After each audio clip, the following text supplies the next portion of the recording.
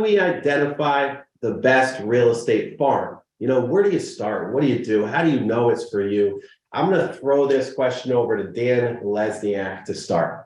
So the framework I use is something I learned in business school. It's this marketing framework called STP. It stands for segmentation, targeting, and positioning.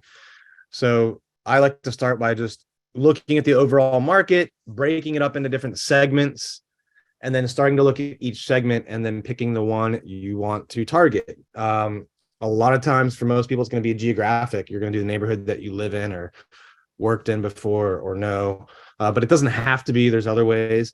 But pick a target. I think it needs to be not too big and not too small. Most people don't struggle with the not too small, but you do want it to have enough business in there, but you don't want it to be too big. Like if you try to go out and be the agent for your whole city, and if it's like Arlington size, like 250,000 people, that's going to be hard to break into. Right. So when I started my career, I initially targeted 200 units in one condo building, and I kind of spread out from there. So I can have a bigger impact on 200 homes than 200,000. So you don't want it to be too big, and then you have to figure out how to position yourself to that group of people to add unique value, and that's just going to depend on where you are in your career. If you've got a ton of experience and success, you can lean on your past results and social proof to show people how you are, how you've got a track record of saving people time, money, and stress. That's basically the different areas that I think you can add value to buyers and sellers. So, if you're newer, you're going to be looking at your giving them more time typically. So there's all sorts of different ways, but that's the framework that I've used. Thank you. Appreciate that advice. We're going to move over to Virginia Bond. Virginia, how do you identify the best real estate farm? So I think there's two approaches. A lot of times agents want to farm right out of the gate when they first start real estate. My theory is you should wait until you have production, because at least a year or two with enough units in the double digits that you can go back and export all your transactions, including any off-market transactions.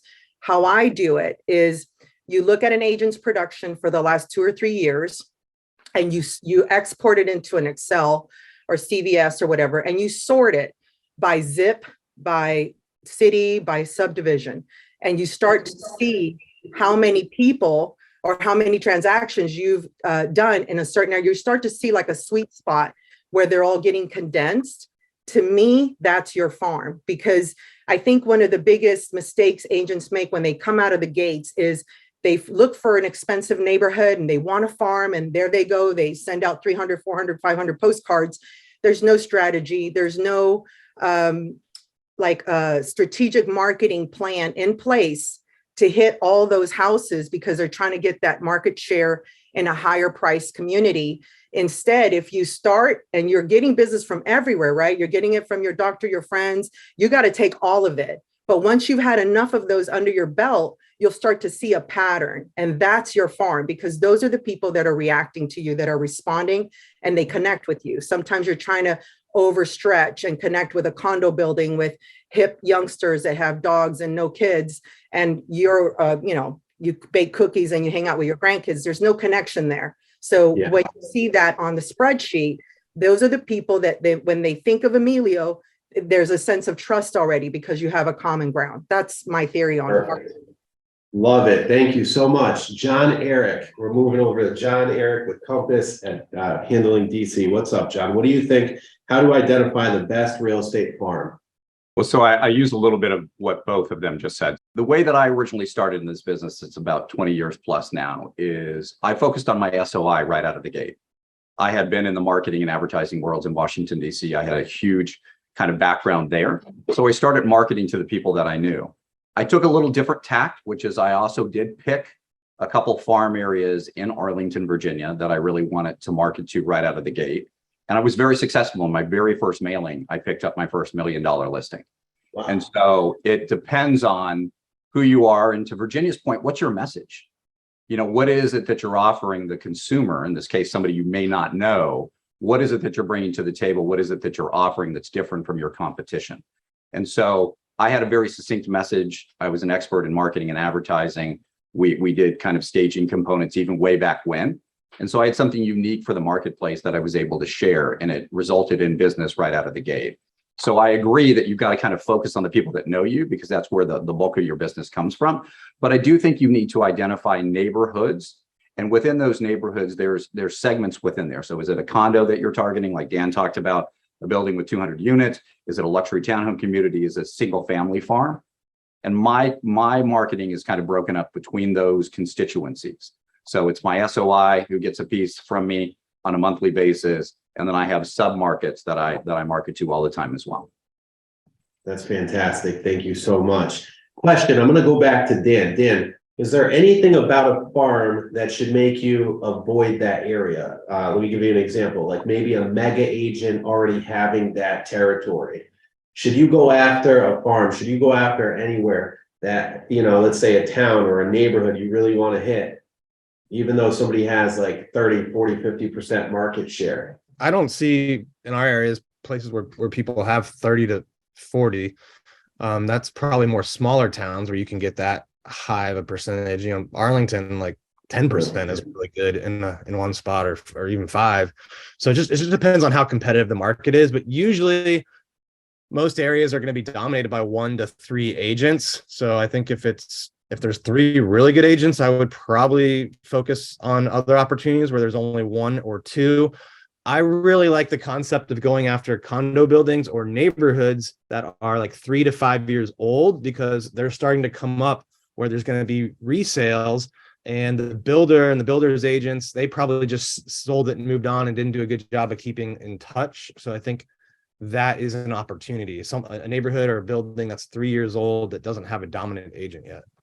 That's amazing. That's a very good nugget of information, guys. I find that, depending on where you are, the turnover changes. Here in Rhode Island, I know our turnover is 3 to 4 years. People are moving. So you're absolutely right. When we see markets, when we see neighborhoods that are 5 years old, there's definitely turnover. Virginia, I want to ask you that question. What should you avoid in a farm? So Dan mentioned market share, and he's right. So, for example, I have 30% market share in my farm that I've worked for a decade now. So when you look at market share at 10%, which he's right, you start to have an effect on pricing. That's a really good percentage for market share. When you have 15% market share, you start to control price, as well as 20%. Now you're like hockey stick, right? All the deals come to you because your signs are constantly seen at 20% market share. So he's right. When you start targeting, which again, I do support that, you should be looking for areas to specialize in order to have a consistent business. But when you look for an area, if you see someone with 15, 20+% market share, that is a really difficult hurdle to jump over. You would have to have a very strong value proposition over that agent. And a lot of times when you see that percentage, those people live there in the building or in the subdivision. So if you like an area, find out who has the highest market share, at least the top 2 agents, if there's more than one, and find out if they live there, because then you're climbing a hill that you don't have to. There's plenty of business out there. Find an area that has no one dominating, or someone, that type of community.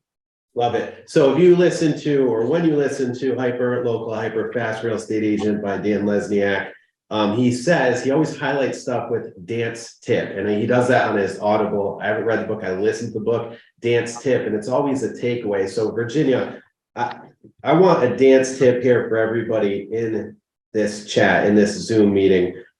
How do you pitch that? How do you pitch that market share on your listing appointments? And by the way, even if you personally don't own that whole market, if your company has a 5%, a 10%, 15, 20% market share in that market, how can we use that to pitch and get listings? So I use it in a magazine that I send out to my clients consistently. And my coach taught me that. He said, you need to that is the number one message that once you've earned that market share, you have to continue to market it, kind of like Coca-Cola. They need to hear it over and over that you're the person that's been taking care of them. That's how I do it, through marketing. John, how do you pitch market share as, you know, how are you pitching that when you're going on a listing appointment or when you're on a cold call? So I don't do a lot of cold calls, and fortunately I don't have to do that. You know, for anybody that does that, that's a great thing. It's just not my kind of niche. I do a lot of luxury upper end properties.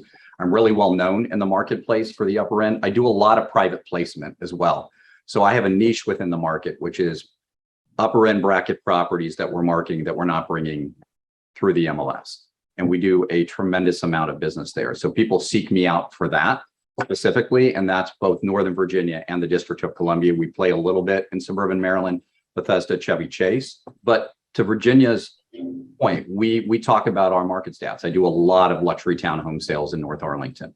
I really kind of put that front and center. Compass has come and has a really big market share here in Northern Virginia, DC in particular. We use those stats all the time for our purposes. And we have that back end analytic data that we're able to present, that we always kind of attribute and add to it so people can kind of verify it through Bright MLS or things that we're doing.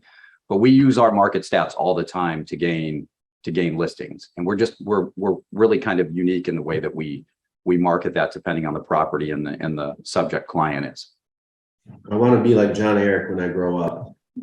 That's fantastic. You're like, the calls come in. You're like, guy, I built this thing. The calls come in. And I'm sure that our two other panelists have that happening too, which is fantastic. And that's the goal, right? To have a business that drives itself off of your reputation, off of your hard work, off of your referral network, off of your farm.